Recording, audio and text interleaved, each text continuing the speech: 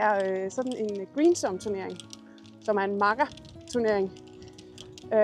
Vi slår begge 2 drives fra teestedet, og så vælger vi den bedste. Og så slår vi skiftevis videre derfra. Jeg synes kun, jeg synes damer. Hvor længe det var? Det er fordi, det er en dameturnering. Kun for damer. Så Lingzoens første turnering, det er en greensome kun for damer. Tapas og rosé hedder den.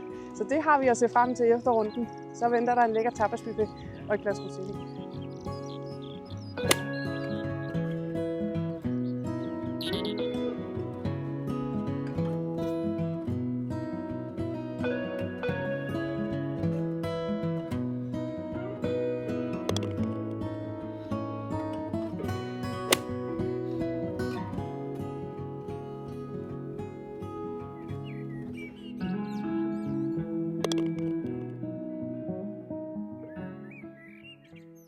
Fordi det er det, vi skal have.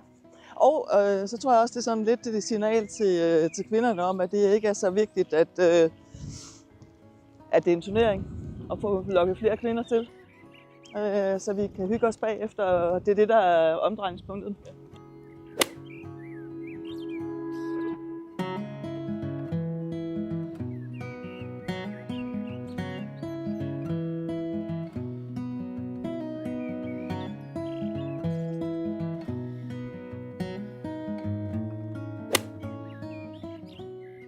Ja, altså Stine og jeg, vi har spillet på divisionshold i de gamle dage sammen, så vi kan ikke lade være med at synes, at det er meget sjovt, når vi laver nogle point.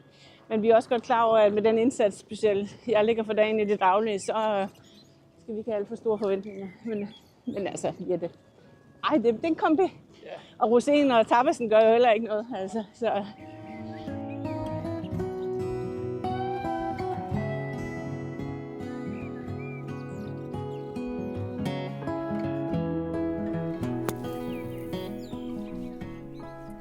Det er en turnering med en ny turnering hver dag. 7 turneringer. I dag er der tapas og rosé, greensome for damer. I aften er der en turnering for kaniner, det vil sige nye golfspillere og faddere. Og så er der nye turneringer hver dag.